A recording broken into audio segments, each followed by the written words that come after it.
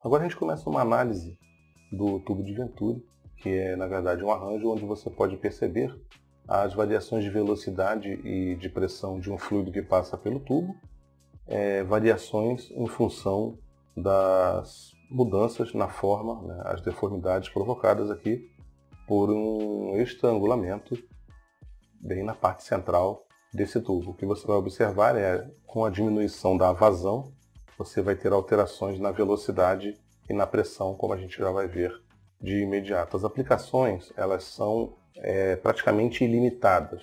Pouco se conhece no cotidiano, né? No dia a dia as pessoas de forma cotidiana quase desconhecem a aplicação, mas a aplicação é muito ampla na indústria e a gente pretende focar a explicação desse tubo de Venturi no nosso motor aeronáutico. Então nós vamos estudar isso aqui, a análise do tubo de dimensões ideais, o fluido passando internamente ao tubo de Venturi, duto convergente e duto divergente.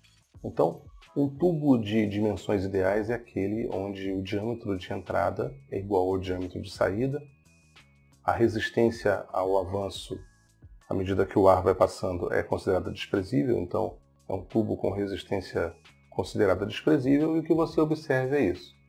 É que o fluido passa pelo tubo sem alteração na sua velocidade e na sua pressão, porque eu também não tenho nenhuma alteração nesse tubo.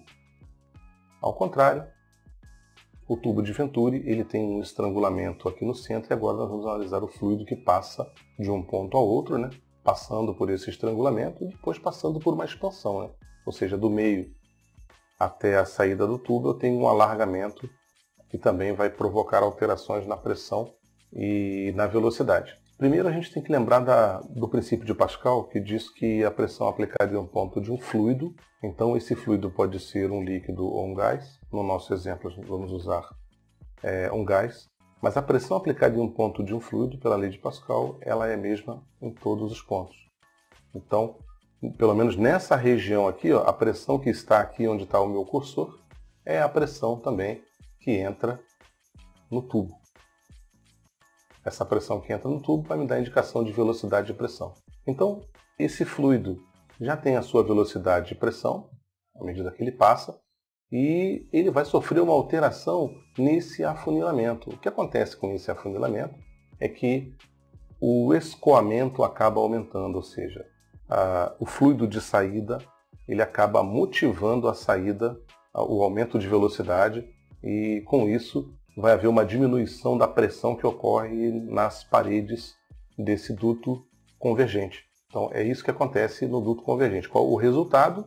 Seria a partícula saindo daqui com essa medida. Qual é a medida? A velocidade que estava nesse patamar passou para outro patamar. Então eu tenho aumento de velocidade, eu tenho diminuição de pressão, olha aqui, a pressão inicial era essa, e conforme ele passou pelo duto convergente, a tomada de medida nesse ponto mostra aumento de velocidade, então, né, e diminuição de pressão toda vez que um fluido passa por uma seção convergente. Ao contrário, eu tenho agora uma segunda seção, essa que tem um diâmetro de entrada menor do que o diâmetro de saída. Essa é a seção divergente. Então o efeito que ocorre agora é o alargamento das paredes para esse fluido. Então, à medida que as paredes vão se alargando e o fluido vai entrando, há uma diminuição na velocidade, há uma tendência a turbilhonamento. Essa diminuição ela provoca um acúmulo de pressão. Ou seja, o acúmulo de pressão que nós estamos falando, ou a diminuição de pressão no caso anterior, é a pressão estática, a pressão que ocorre nas paredes do duto.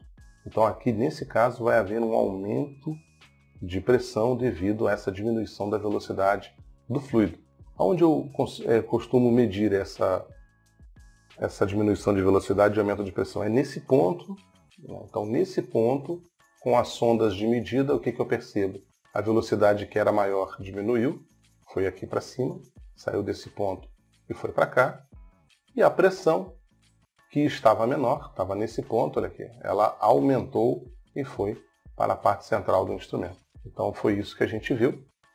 Seção convergente e seção divergente, e vamos começar analisando a síntese do que a gente acabou de ver sobre o duto convergente. Então, todas as vezes que o fluido entra num duto, tem um aumento de velocidade, devido ao aumento de escoamento, um aumento de velocidade é proporcionado e uma consequente diminuição de pressão. Essa questão de que a velocidade aumenta, a pressão diminui, ou então numa seção divergente a pressão aumenta, então a velocidade diminui, está perfeitamente alinhada com a lei da conservação da energia.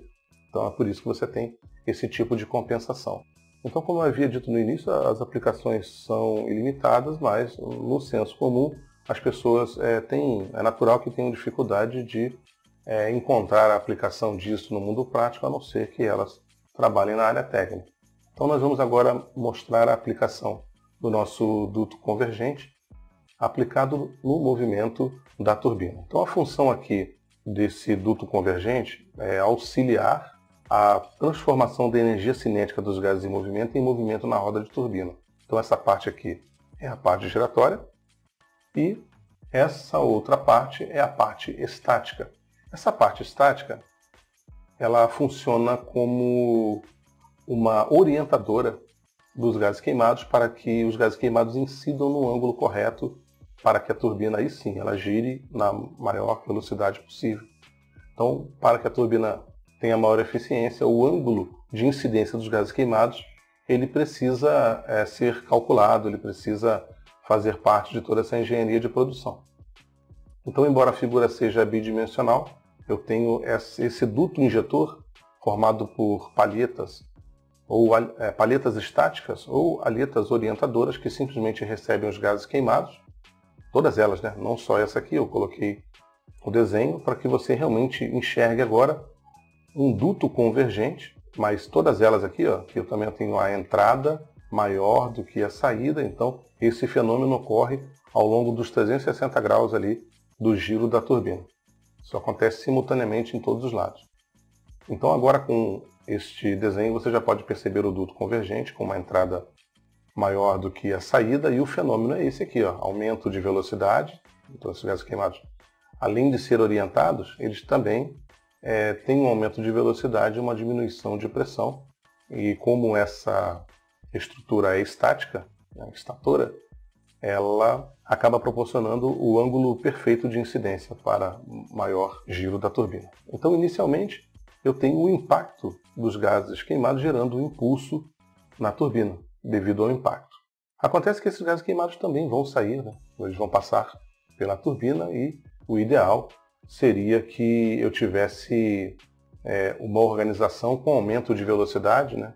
Aumento de velocidade, diminuição de pressão. Então você, ao longo de toda a turbina, entre duas turbinas, você vai encontrar também um duto convergente que vai diminuir a pressão e principalmente aumentar a velocidade. Aumentar a velocidade dos gases de escapamento na saída vai provocar uma reação a uma espécie de jato de saída. Então, se eu tenho ação, eu tenho reação, e aí um novo impulso na turbina é proporcionado. Então, dois impulsos, um por impacto e outro na saída por reação. Então, eu vou mostrar para você a diferença entre a parte rotor e a parte estática. Então, a turbina é a parte giratória e eu tenho uma estatora entre duas turbinas. Aqui você deve estar se perguntando como os gases queimados saem da câmara de combustão e incidem na turbina. A resposta é essa aqui, que nós vimos, né? Existe um conjunto de aletas orientadoras na saída da câmara de combustão. Para provocar esse tipo de efeito, proporcionar o ângulo de incidência correto desses gases queimados para que a turbina consiga extrair o máximo de rotação. E aí você, considerando a turbina como seção geradora de força, né, você sabe que essa turbina está ligada a um eixo, então quando ela gira o eixo, e ligado ao eixo eu tenho outros componentes, diretamente o compressor, e eu também tenho indiretamente a caixa de acessórios, também recebendo o movimento que é gerado pela conversão da energia cinética dos gases queimados em movimento na roda de turbina. Então as aletas orientadoras que não aparecem aqui no desenho, né, proporcionam o ângulo de incidência correto na turbina, mas depois que os gases queimados saem da primeira turbina, eles teriam uma tendência ao turbilhonamento. E isso é corrigido dessa mesma forma. Então a estatora, a nossa vane, corrige dessa forma o ângulo de incidência para a próxima turbina. Então agora, com base no tubo de Venturi, onde a gente colheu informação de aumento de pressão e diminuição de velocidade nessa seção divergente, vamos sintetizar o assunto da seguinte forma. Todo fluido que passa numa seção divergente tem a sua diminuição de velocidade e aumento de pressão.